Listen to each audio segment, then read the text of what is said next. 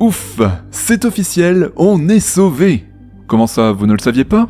Mais oui, on a enfin trouvé la solution ultime à la crise climatique. Fini la montée des eaux, fini les canicules et les incendies, enfin bref, fini la fin du monde. Et tout ça grâce à la Lune. Ouais, la Lune, notre planète est enfin à l'abri des catastrophes. Alors, par quel miracle me demanderez-vous? Eh bien, figurez-vous que de brillants scientifiques de l'université de l'Utah ont imaginé la mission qui doit tous nous sauver.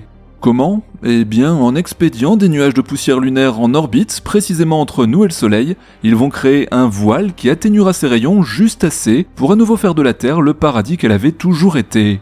Nous serons par la même occasion capables de régler finement le climat selon nos besoins, comme un abri conditionné géant, simplement en ajustant la masse de poussière. Si ça, c'est pas une belle histoire, je ne sais pas ce qu'il vous faut, tout est bien qui finit bien. Salut les terriens. Bon, il n'est pas impossible que cette intro ait pu contenir une légère dose de sarcasme, à peine, juste une pincée, ça s'est entendu? Et pourtant, aussi cinglée qu'elle puisse paraître, cette proposition est bien réelle, et de vrais chercheurs, après avoir étudié de multiples scénarios et réalisé plus encore de simulations numériques, ont publié l'an dernier leurs résultats, extrêmement prometteurs à leurs yeux, pour nous sauver de la crise climatique, grâce à ce qui serait de très loin la plus ambitieuse et la plus critique des missions spatiales jamais imaginées. En fait, l'idée a généré tant d'espoir que les plus grands médias outre-Atlantique, comme NBC News, The Guardian et même de plus sérieux comme la Gazette d'Harvard, n'ont pas hésité à relayer largement la bonne nouvelle, la Lune doit nous sauver tous. Vous imaginez bien, je n'allais sûrement pas laisser passer un projet pareil sans vous en dévoiler les ficelles. Alors comment exactement ces Frankenstein du climat espèrent tout faire rentrer dans l'ordre? Est-ce que tout ça est bien sérieux? Et est-ce que leur solution a réellement des chances de fonctionner? C'est ce qu'on va voir aujourd'hui, c'est parti.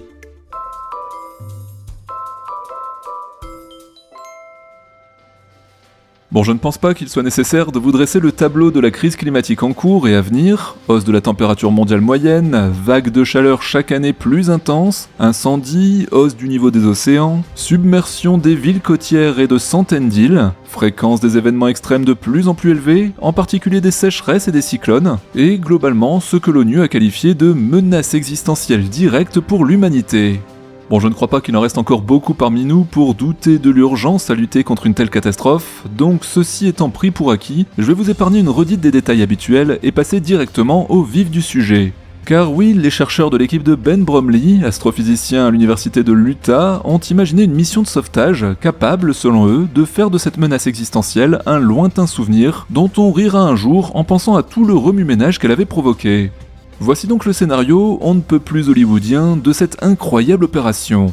Au centre des projecteurs, je vous présente la poussière lunaire, autrement appelée le régolithe. Mais si de loin certaines dunes de notre satellite peuvent faire penser à celles du Sahara, rien à voir avec le sable de nos plages. Le régolithe est constitué de grains extrêmement fins, produits de 4 milliards d'années d'impacts répétés de météorites de toute taille à la surface de la Lune, qui ont peu à peu broyé la surface de la roche-mère jusqu'à la recouvrir de ces grains microscopiques, souvent affûtés comme des lames de rasoir, n'ayant subi l'effet polissant d'aucune érosion par l'eau ou l'air que subissent les roches terrestres. Ajoutons à cela que le rayonnement solaire, atténué par aucune atmosphère ni aucun champ magnétique, a eu tout le temps de charger électriquement ces particules.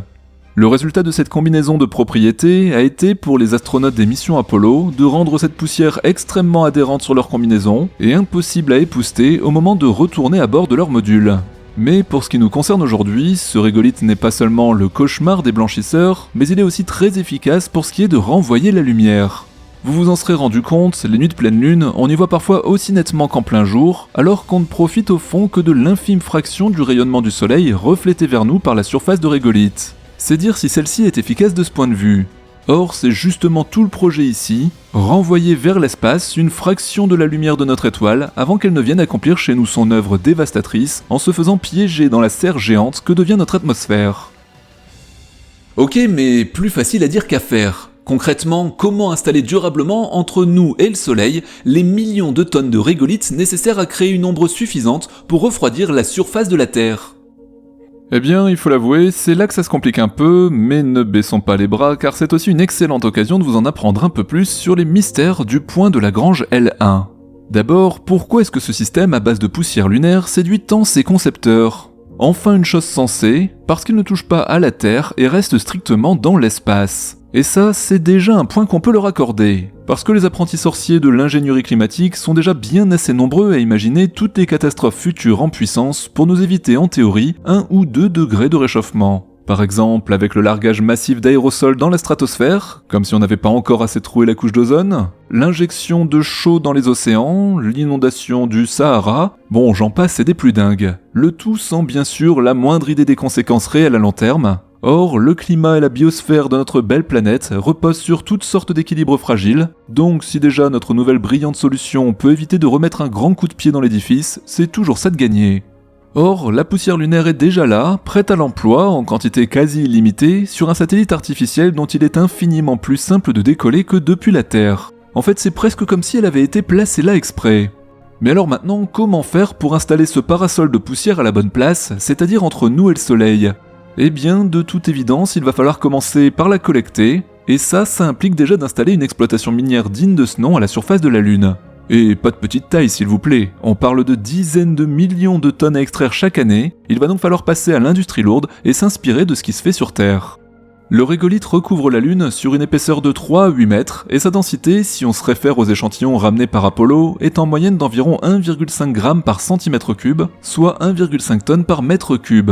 Pour extraire les dizaines de millions de tonnes annuelles voulues, il va donc falloir moissonner jusqu'à la roche-mère des surfaces qui se comptent en kilomètres carrés. Donc oui, je ne vous le fais pas dire, il y a un peu de boulot, et un simple petit rover armé d'une pelle, c'est-à-dire l'état de l'art actuel en la matière, risque de ne pas suffire. Mais partons gagnants et imaginons-nous capables de sortir du sol lunaire cette incroyable quantité de matière. Il nous faut maintenant la propulser en direction de son objectif. J'ai nommé le point L1, zone théorique de l'espace située à 1,5 million de kilomètres de la Terre en direction du Soleil.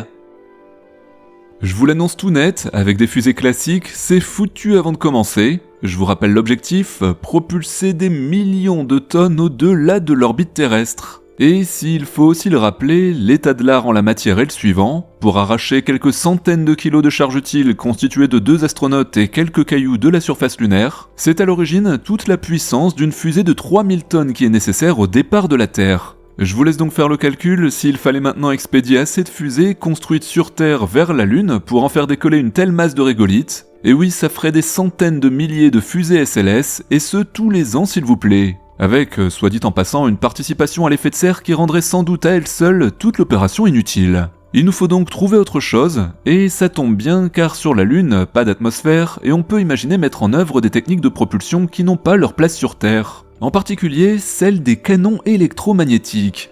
Leur principe est simple, le projectile électriquement conducteur est placé sur des rails dans lesquels circule un courant électrique au sein d'un puissant champ magnétique. La force de la place se charge alors de propulser le tout vers l'avant. Vous avez peut-être fait cette expérience au lycée, maintenant imaginez-la avec des courants et des intensités de champ infiniment plus grands, et vous pouvez au choix faire tirer un obus sur des gens si vous êtes des militaires, ou propulser un chargement de régolithes depuis la Lune si vous pensez pouvoir sauver le monde avec de la poussière.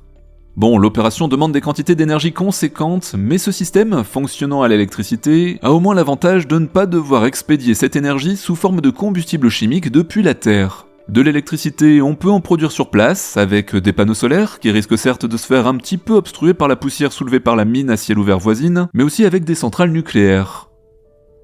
Il ne reste donc qu'à expédier sur la Lune ces centrales électriques et les canons électromagnétiques géants qui vont avec, en plus de l'industrie minière lourde de tout à l'heure bien sûr. Mais on a dit qu'on partait gagnant, donc supposons qu'on en soit capable. Il n'y a alors plus qu'à viser précisément pour que notre chargement arrive à destination.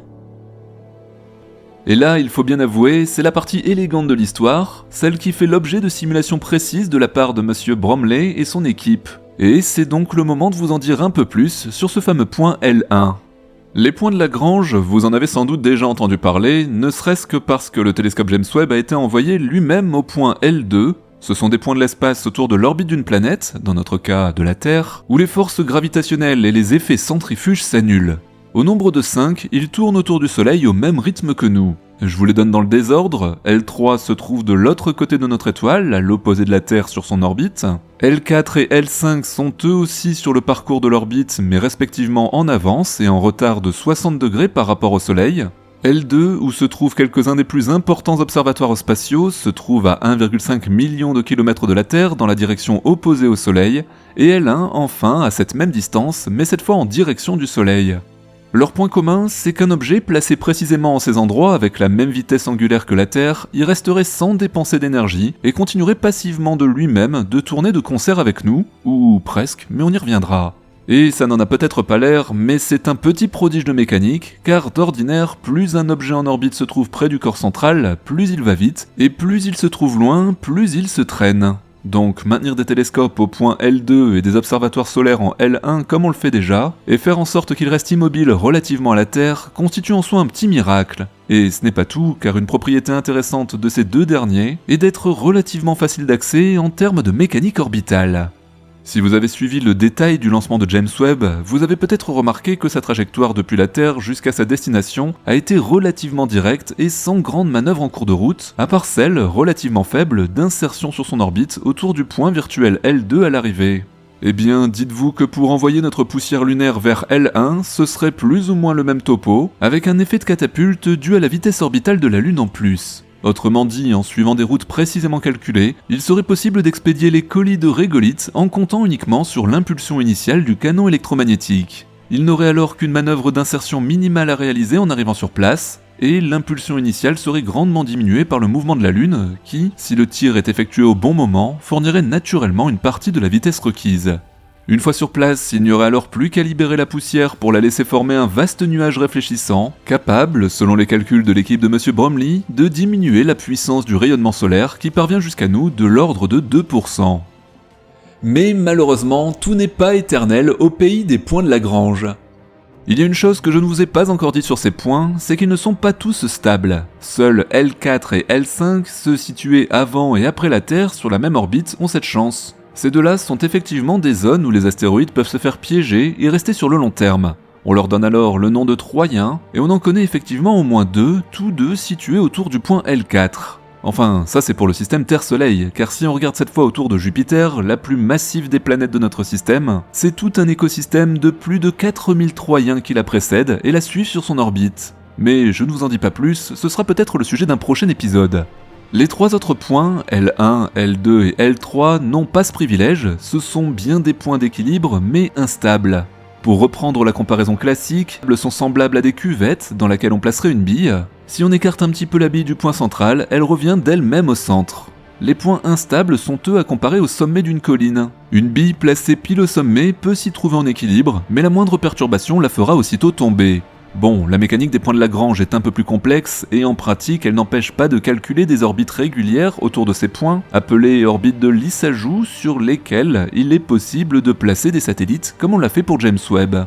Mais ces derniers sont alors condamnés à rectifier leur trajectoire en permanence pour ne pas s'éloigner du point de Lagrange central. En gros, c'est un petit peu comme un équilibriste sur son fil, car tout écart s'amplifierait alors de façon exponentielle. On les équipe alors de propulseurs et d'une certaine réserve d'ergols correspondant à leur durée de vie, au terme de laquelle ils dériveront fatalement au loin. Le souci, c'est que le régolithe, lui, même placé sur une telle orbite, n'a pas vraiment les moyens de faire de lui-même ce genre de manœuvre. Il n'y a donc rien à faire, notre nuage ne restera pas indéfiniment en place, et en fait il ne restera même pas longtemps du tout. Car cette instabilité ne sera pas la seule à essayer de l'éjecter. Si les particules de régolithe réfléchissent aussi bien le rayonnement solaire, alors elles subissent immanquablement en réaction les effets de cette pression de radiation. Comme autant de voiles solaires, elles seront donc projetées au loin au bout de quelques jours, et c'est précisément pour cette raison que je vous ai parlé dès le début de millions de tonnes de poussière par an. Car notre nuage, soufflé par ce vent hors de sa zone d'équilibre, sera fatalement à renouveler en permanence, et notre mine lunaire ne connaîtra pas de pause. C'est donc à la fois un inconvénient majeur car on ne parle pas d'une mission unique envoyée une bonne fois pour toutes pour sauver notre climat, mais bien de l'installation pérenne d'une industrie massive de poussière lunaire, qui, au moindre arrêt pour raisons techniques ou financières, signerait le retour instantané des catastrophes sur Terre. Mais c'est aussi un avantage indéniable, car justement l'altération du climat ne serait pas permanente, et s'il s'avérait que l'opération est inefficace, ou au contraire trop efficace, ou implique des effets secondaires indésirables que ses concepteurs n'auraient pas anticipés, ce qui serait bien probable d'ailleurs, eh bien il suffirait de réduire la quantité de régolithes propulsés chaque mois depuis le sol lunaire, voire y mettre fin purement et simplement pour en limiter ou supprimer les effets en quelques jours à peine. C'est ce que les solutions définitives à base d'injection de produits chimiques dans l'atmosphère ou les océans ne permettent pas si facilement. Bon, ce plan a l'air insensé et vous n'y croyez pas une seconde ? Eh bien, vous avez raison. Vous l'avez bien senti pendant que je vous en expliquais le principe, cette idée d'installer une station minière de grande ampleur sur la Lune et d'y construire dans la foulée un canon électromagnétique géant pour expulser les conteneurs de régolithes est dans l'état de nos technologies totalement illusoire. L'ambition de la NASA pour l'heure, c'est d'envoyer à nouveau des équipages réduits fouler cette poussière de leurs bottes d'ici la fin de la décennie, et je ne parle ici que de missions de courte durée, sans infrastructure permanente sur place, et encore moins de matériel de minage lourd. Une telle opération serait, si elle devait avoir lieu, à envisager à l'échelle du siècle. Or, le seul intérêt que l'on peut éventuellement voir à employer des solutions de géo-ingénierie à grande échelle serait, en attendant de s'en prendre efficacement aux causes du problème, d'apporter une réponse à court terme aux symptômes. Et dans le cas de la crise climatique, le court terme c'est maintenant, dans 7 décennies, parce qu'à la fin du siècle, on ne pourra guère faire plus que constater le désastre. Il semblerait donc bien que notre nuage de régolithes ne soit tout simplement pas pensé sur la bonne échelle de temps, et à cause de ça, il restera très probablement à jamais dans les cartons des fausses bonnes idées. Mais surtout, ne nous voilons pas la face, ce genre de projets destinés à faire baisser artificiellement la température moyenne sur Terre ne sont en rien une solution aux problèmes climatiques. Au mieux, on peut les comparer à un traitement symptomatique, une dose de paracétamol pour faire baisser la fièvre, mais si personne ne se charge de mettre fin à l'infection, il reste inefficace sur le long terme. D'autant que les mécanismes du dérèglement climatique sont infiniment plus complexes qu'une simple affaire de température moyenne. Ils sont le résultat de l'augmentation de l'effet de serre global, mais aussi de l'interaction de courants atmosphériques et océaniques intriqués à l'échelle à la fois régionale et mondiale, de la fonte des glaces dans les régions polaires qui modifie l'albédo de la surface, de l'abattage massif de forêts et j'en passe. Donc, masquer une partie de la lumière solaire ne suffirait en rien à rétablir l'ensemble de ces équilibres, sans compter que l'augmentation de la part de dioxyde de carbone dans l'atmosphère s'accompagne à elle seule d'effets pervers qui n'ont rien à voir avec la température, comme l'acidification des océans et la destruction des coraux, ou l'extinction des centaines d'espèces marines qui en dépendent. Bon, je n'en rajoute pas plus, vous l'avez compris, les missions spatiales héroïques destinées à sauver le monde ont une place de choix chez Hollywood, mais beaucoup moins dans la réalité. Et si on veut se donner une chance de ne pas gâcher le miracle qu'est l'habitabilité de notre belle planète, eh bien il n'y aura pas d'autre choix que de concrètement se remonter les manches et repenser radicalement notre monde sans attendre de Deus Ex Machina technologique. Nous voilà en tout cas arrivés au bout de notre petit voyage du côté du technosolutionnisme spatial. Les amis, n'oubliez pas le pouce, l'abonnement, un petit commentaire si vous souhaitez réagir à ce qui a été dit. Et quant à moi, je vous dis à très bientôt pour la suite. Ciao les terriens!